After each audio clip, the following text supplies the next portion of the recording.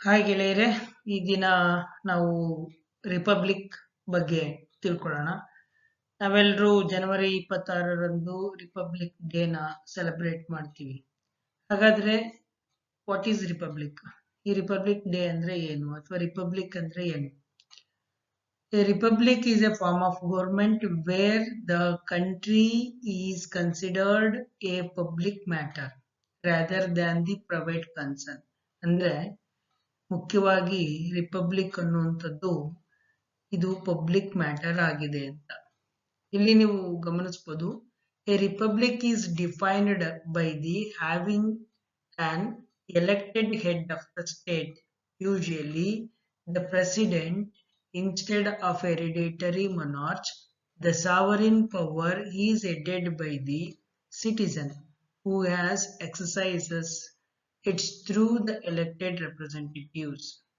Usually ನಾವು ಈ ಒಂದು ಗಣರಾಜ್ಯವನ್ನ ನಾವು ಏನ್ ಅನ್ಕೊಂತೀವಿ, ರಾಜ್ಯಗಳ ಗುಂಪು, ಗಣ ಪ್ಲಸ್ ರಾಜ್ಯ, ಗಣರಾಜ್ಯ ಅಂತ ಕರಿತೀವಿ. ಆದ್ರೆ ಇದು ಗಣರಾಜ್ಯ ಅಂದ್ರೆ ಹೆಡ್ ಆಫ್ ದ ನೇಷನ್ ಅಂದ್ರೆ ನಮ್ಮ ಪ್ರೆಸಿಡೆಂಟು, ಭಾರತ ದೇಶದಲ್ಲಿ ಪ್ರೆಸಿಡೆಂಟ್. ಓಕೆ, ಇವರು ಜನಗಳಿಂದ ಆಯ್ಕೆ ಆಗ್ತಾರೆ. ಇದನ್ನ ನಾವು ಗಣರಾಜ್ಯ ಅಂತ ಕರಿತೀವಿ. ಈ ರಿಪಬ್ಲಿಕ್ ಅನ್ನೋ ವರ್ಡ್ ಲ್ಯಾಟಿನ್ ಭಾಷೆಯಿಂದ ಬಂದಿದೆ. ಈ ರಿಪಬ್ಲಿಕ್ ಮೀನ್ಸ್ ಪಬ್ಲಿಕ್ ಅಫೇರ್ ಅಥವಾ ಪಬ್ಲಿಕ್ ಥಿಂಗ್ ಅಂತ ಅರ್ಥ.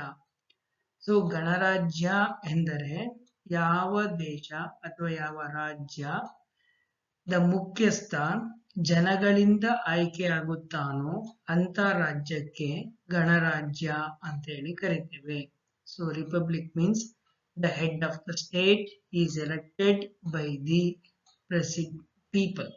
Okay, so this is republic.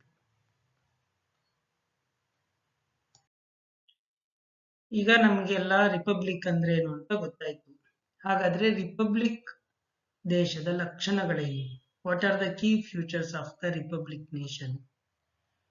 ಇಲ್ಲಿ ಮುಖ್ಯವಾಗಿ ಕೆಲವನ್ನ ನಾವು ನೋಡೋಣ. ನೋ ಮೊನಾರ್ಚ್ ಅಂದ್ರೆ ರಿಪಬ್ಲಿಕ್ ಕಂಟ್ರಿ ಅಂತ ನಾವು ಕರಿಬೇಕಾದ್ರೆ ಅಲ್ಲಿ ಯಾವುದೇ ಸಾಮ್ರಾಜ್ಯಗಳು ಇರೋಂಗಿಲ್ಲ. There is no kingdoms or monarch ಅಂತ ಅರ್ಥ. Elected head of the state, ಆ ದೇಶದ ಮುಖ್ಯಸ್ಥ ಜನಗಳಿಂದ ಆಯ್ಕೆ ಆಗ್ತಾನೆ ಅಂತ ಅರ್ಥ. Next sovereignty of the people, complete ಸಾರ್ವಭೌಮತ್ವ. ಸಾವರಾನಿಟಿ ಅಂದ್ರೆ ಸಾರ್ವಭೌಮತ್ವ, ದೇಶದ ಅತ್ಯುನ್ನತ ಅಧಿಕಾರ ಜನಗಳ ಹತ್ರ ಇರುತ್ತೆ ಅಂತ ಅರ್ಥ. ದೆನ್ ರೆಪ್ರೆಸೆಂಟೇಟಿವ್ಸ್ ಗೌರ್ಮೆಂಟ್, ದೊಡ್ಡ ದೊಡ್ಡ ದೇಶಗಳಿವೆ, ಈ ದೇಶಗಳಲ್ಲಿ ಪ್ರತಿನಿಧಿಗಳಿರುತ್ತಾರೆ, ರೆಪ್ರೆಸೆಂಟೇಟಿವ್ಸ್ ಇರುತ್ತಾರೆ. ಪ್ರಜಾಪ್ರಭುತ್ವದ ಮೂಲಕ, ಚುನಾವಣೆಗಳ ಮೂಲಕ ಆಯ್ಕೆಯಾಗಿರ್ತಕ್ಕಂತಹ ಪ್ರತಿನಿಧಿಗಳು, ರೆಪ್ರೆಸೆಂಟೇಟಿವ್ಸ್ ಇರುತ್ತಾರೆ, ಅವರು ಸರ್ಕಾರವನ್ನ ನಡೆಸ್ತಾರೆ ಅಂತ. So next one is constitutional base. Constitutional base ಅಂದ್ರೆ ಇಲ್ಲಿ ಎಲ್ಲಾ ತರದ ನಿಯಮಾವಳಿಗಳು ಇರುತ್ತೆ, ಆಡಳಿತದ ನಿಯಮಾವಳಿಗಳು ಅಂತ ಕರಿಬಹುದು. ಇಲ್ಲಿ ರೈಟ್ಸ್ ಆಫ್ ದ ಸಿಟಿಸನ್ಸ್ ಕೂಡ ಇರುತ್ತೆ, limit of the power of the government ಕೂಡ ಇರುತ್ತೆ. ಸರ್ಕಾರ ನಿರಂಕುಶವಾಗಿ ವರ್ತಿಸಲು ಸಾಧ್ಯವಿಲ್ಲ. ಕಾನೂನಿನ ಆಳ್ವಿಕೆಯನ್ನು ನಾವು ನೋಡ್ತೀವಿ, that is called as rule of law. Then protection of rights, ಸಿಟಿಸನ್ಸ್ಗೆ ಅವರದೇ ಆಗಿರ್ತಕ್ಕಂತಹ ರೈಟ್ಸ್ ಇರುತ್ತೆ. ಆ ರೈಟ್ಸ್ ನ ಬಳಸ್ಕೊಂಡು ಅವರು ತಮ್ಮನ್ನ ತಾವು ರಕ್ಷಣೆ ಮಾಡ್ಕೊಳ್ಬಹುದು. ಸರ್ಕಾರ ನಿರಂಕುಶವಾಗಿ ವರ್ತಿಸೋದಕ್ಕೆ ಸಾಧ್ಯ ಆಗುವುದಿಲ್ಲ. ಅದೇ ತರನೇ ಸಪರೇಷನ್ ಆಫ್ ಪವರ್ಸ್. ರಿಪಬ್ಲಿಕ್ ಅಲ್ಲಿ ಮುಖ್ಯವಾಗಿ ನಾವು ಗಮನಿಸ್ಕೊಳ್ಳುವಂತದ್ದು ಏನಪ್ಪಾ ಅಂದ್ರೆ ಸಪರೇಷನ್ ಆಫ್ ಪವರ್ಸ್. ನಾವು ಆಡಳಿತದಲ್ಲಿ ಬಹುಮುಖ್ಯವಾಗಿ 3 ಅಂಗಗಳನ್ನ ನೋಡ್ತೀವಿ. ಯಾವುದು? ಲೆಜಿಸ್ಲೇಟಿವ್, ಎಕ್ಸಿಕ್ಯೂಟಿವ್ ಮತ್ತೆ ಜುಡಿಷಿಯರಿ. ಈ 3 ಅಂಗಗಳ ಅಧಿಕಾರ ಎಲ್ಲ ಒಬ್ಬನ ಹತ್ರನೇ ಇದ್ಬಿಟ್ರೆ ಏನಾಗುತ್ತೆ? ಅದು ನಿರಂಕುಶ ಅಧಿಕಾರ ಆಗುತ್ತೆ. ರಿಪಬ್ಲಿಕ್ ಕಂಟ್ರೀಸ್ ಅಲ್ಲಿ ಈ ಅಧಿಕಾರವನ್ನು ಏನ್ ಮಾಡಿರ್ತಾರೆ? ಸಪರೇಷನ್ ಮಾಡಿರ್ತಾರೆ. ಸಪರೇಷನ್ ಅಂದ್ರೆ ಒಬ್ಬೊಬ್ರಿಗೆ ಒಂದೊಂದು ಅಧಿಕಾರವನ್ನು ಕೊಟ್ಟಿರ್ತಾರೆ. ಅವಾಗ ಆ ಸರ್ಕಾರ ಏನಾಗಲ್ಲ, ನಿರಂಕುಶ ಅಧಿಕಾರ ಆಗ್ಲಿಕ್ಕೆ ಸಾಧ್ಯನೇ ಇಲ್ಲ. ಆಡಳಿತ ಅನ್ನುವಂಥದ್ದು ಕಾನೂನಾತ್ಮಕವಾಗಿ ನಡೀತಾ ಹೋಗುತ್ತೆ. ಇದು ರಿಪಬ್ಲಿಕ್ ರಾಜ್ಯಗಳ ಕೆಲ ಲಕ್ಷಣಗಳು.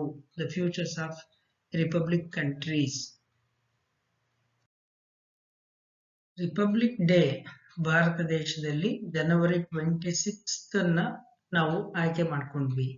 ಯಾಕೆ ಈ day, why the January 26 is celebrated as a republic day ಅಂತ ನಾವು ಕೇಳ್ಕೊಂಡ್ರೆ ನಿಮಗೆಲ್ಲ ಗೊತ್ತೇ ಇದೆ, ಭಾರತ ಸಂವಿಧಾನ ಜಾರಿಗೆ ಬಂದ ದಿನ 26th January is the day which our constitutions was came into force ಅಂತ ಎನ್ಫೋರ್ಸ್ ಆಗಿದ್ದು. ಹಾಗಾದ್ರೆ ಇದು ರಚನೆ ಆಗಿದ್ದು, ಅಡಾಪ್ಟ್ ಆಗಿದ್ದು ಯಾವಾಗ?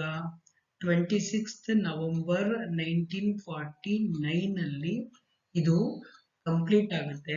ಅದನ್ನ ನಾವು ಅವತ್ತು ಅಡಾಪ್ಟ್ ಮಾಡ್ಕೊಳ್ತೀವಿ, ಅಂದ್ರೆ ಒಪ್ಪಿಕೊಳ್ತೇವೆ. ಆದ್ರೆ ಅದನ್ನ ಜಾರಿಗೆ ತಂದಂತ ದಿನ ಯಾವ್ದಪ್ಪ ಅಂತಂದ್ರೆ ಜನವರಿ 26. ಯಾಕೆ ಈ ಡೇಟ್ ಅನ್ನ ಆಯ್ಕೆ ಮಾಡ್ಕೊಳ್ಳಾಯ್ತು? ನಿಮ್ಗೆ ಗೊತ್ತಿದೆ, 1930ರಲ್ಲಿ ಲಾಹೋರ್ ಕಾಂಗ್ರೆಸ್ ಸೆಷನ್ ಆಗುತ್ತೆ. ಅದರಲ್ಲಿ ನೆಹರೂರವರು ಅಧ್ಯಕ್ಷತೆಯನ್ನು ವಹಿಸಿರ್ತಾರೆ. ಅಲ್ಲಿ ನಾವು ಪೂರ್ಣ ಸ್ವರಾಜ್ಯ ಅಂತಕ್ಕಂತಹ ಒಂದು ಸ್ಟೇಟ್ಮೆಂಟ್ ಅನ್ನು ಕೊಡ್ತೀವಿ. ಭಾರತಕ್ಕೆ ಕಂಪ್ಲೀಟ್ ಆಗಿರ್ತಕ್ಕಂಥ ಇಂಡಿಪೆಂಡೆನ್ಸ್ ಬೇಕು ಅಂತ ಹೇಳಿ ನಮ್ಮ ಸ್ವತಂತ್ರ ಹೋರಾಟವನ್ನ ಪ್ರಗತಿ ಮಾಡ್ತಾ ಹೋಗ್ತೀವಿ, ಜೋರಾಗಿ ಮಾಡ್ತಾ ಹೋಗ್ತೀವಿ. ಇದರ ಒಂದು ಸವಿನೆನಪಿಗಾಗಿ ಭಾರತ ದೇಶ ಸಂವಿಧಾನವನ್ನ 26th January ನಾವು ಕೇಮ್ ಇಂಟು ಫೋರ್ಸ್ ಮಾಡ್ಕೊಳ್ತೀವಿ, ಅಂದ್ರೆ ಜಾರಿಗೆಗೊಳಿಸ್ತೀವಿ. ಭಾರತದ ಸಂವಿಧಾನ ಅನ್ನುವಂಥದ್ದು ಬಹಳ ಸುಂದರವಾಗಿರ್ತಕ್ಕಂಥ ಒಂದು ಸಂವಿಧಾನ. ದ ವರ್ಲ್ಡ್ ಬಿಗ್ಗೆಸ್ಟ್ ಕಾನ್ಸ್ಟಿಟ್ಯೂಷನ್ಸ್ ಅಂತ ಹೇಳಿ ನಾವು ಹೇಳ್ಬೋದು. ಭಾರತದ ದೇಶದಲ್ಲಿ ಎಷ್ಟೆಲ್ಲ ಜನಸಂಖ್ಯೆ ಇದೆ, ಎಷ್ಟೆಲ್ಲ ವೈವಿಧ್ಯತೆ ಇದೆ, ಎಷ್ಟೆಲ್ಲ ಆಡಳಿತಾತ್ಮಕ ಸಮಸ್ಯೆಗಳಿವೆ. ಇಂಥ ಎಲ್ಲಾ ಸಮಸ್ಯೆಗಳನ್ನ ಅಂದಿನ ಕಾಲದಲ್ಲೇ ಊಹಿಸಿ ಅದರ ಜೊತೆಗೆ ಪ್ರಪಂಚದ ಎಲ್ಲಾ ಸಂವಿಧಾನಗಳನ್ನ ಅಧ್ಯಯನ ಮಾಡಿ ದ ಬೆಸ್ಟ್ ಕ್ವಾಲಿಟೀಸ್ ಅನ್ನ ಆಯ್ಕೆ ಮಾಡಿ ನಮ್ಮ ನೇಟಿವಿಟಿಗೆ, ಅಂದ್ರೆ ಭಾರತದ ಸಂಸ್ಕೃತಿಗೆ ಅಂತಹ ಎಲ್ಲ ನಿಯಮಾವಳಿಗಳನ್ನ ಪಟ್ಟಿ ಮಾಡಿ ಚರ್ಚೆ ಮಾಡಿ ಸುದೀರ್ಘ ಅವಧಿಯಲ್ಲಿ ರಚಿತವಾಗಿರ್ತಕ್ಕಂತಹ ಸಂವಿಧಾನ. ಇಂಥ ಒಂದು ಸಂವಿಧಾನ ಜಾರಿಗೆ ಬಂತು. ಸ್ನೇಹಿತರೆ, ನಿಮಗೆಲ್ಲ ಗೊತ್ತಿರ್ಬೋದು, ಭಾರತ ಅತ್ಯಂತ ದೊಡ್ಡ ಪ್ರಜಾಪ್ರಭುತ್ವವಾಗಿರ್ತಕ್ಕಂಥ ದೇಶ. ಈ ದೇಶದಲ್ಲಿ ನಿಮ್ಗೆಲ್ಲ ಗೊತ್ತಿದೆ, ಇದರಲ್ಲಿ ಸವಾಲುಗಳಿವೆ, ಸಮಸ್ಯೆಗಳಿವೆ, ಭ್ರಷ್ಟಾಚಾರ ಇದೆ, ರಾಜಕಾರಣಿಗಳು ಹೇಗೋ ಎಲೆಕ್ಟ್ ಆಗ್ತಾರೆ ಅಂತಕ್ಕಂಥದ್ದೆಲ್ಲ ನಿಮಗೆ ಕಂಡು ಬರುತ್ತೆ. ಆದ್ರೆ ಭಾರತ ದೇಶದಲ್ಲಿ ಪ್ರಜಾಪ್ರಭುತ್ವ ಇನ್ನೂ ಇದೆ, ಕಾನೂನಿನ ಆಳ್ವಿಕೆ ಇನ್ನೂ ಇದೆ. ಒಬ್ಬ ಬಡವ ಧ್ವನಿ ಎತ್ತಬಹುದಾದಂತಹ ಒಂದು ಸೌಕರ್ಯ ಇದೆ ಅಲ್ವಾ? ಹೌದು ತಾನೆ? ಹೀಗೆ ಒಂದು ಸುವ್ಯವಸ್ಥಿತ ಆಡಳಿತವನ್ನ ನಮಗೆ ಕೊಡೋದಿಕ್ಕೆ ಕಾರಣವಾಗಿರ್ತಕ್ಕಂಥ ನಮ್ಮ ಸಂವಿಧಾನ ಜಾರಿಗೆ ಬಂದಂತಹ ದಿನ ಇದು.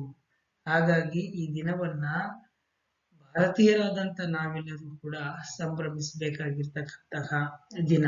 ನಾವು ನಮ್ಮ ಮಕ್ಕಳಿಗೆ ಗಣರಾಜ್ಯ ಅಂದ್ರೆ ಏನು, ಸಾರ್ವಭೌಮತೆ ಅಂದ್ರೆ ಏನು, ಡೆಮೋಕ್ರಸಿ ಅಂದ್ರೆ ಏನು, ಇದನ್ನೆಲ್ಲ ನಾವು ಹೇಳ್ಕೊಡ್ಬೇಕು. ಅವಾಗ ಈ ಒಂದು ಮೌಲ್ಯಗಳು ಚಿಕ್ಕಂದಿನಲ್ಲೇ ನಮ್ಮ ಮೈಗೂಡಿಸ್ಕೊಂಡಾಗ ಅದು ಬಹಳ ದೀರ್ಘಾವಧಿಯವರೆಗೆ ನಡೀಲಿಕ್ಕೆ ಅಥವಾ ಸಾಗಲಿಕ್ಕೆ ಕಾರಣ ಆಗ್ತಾ ಹೋಗುತ್ತೆ. ಮತ್ತೊಮ್ಮೆ ಎಲ್ಲರಿಗೂ ಗಣರಾಜ್ಯೋತ್ಸವದ ಶುಭಾಶಯಗಳು. Thank you.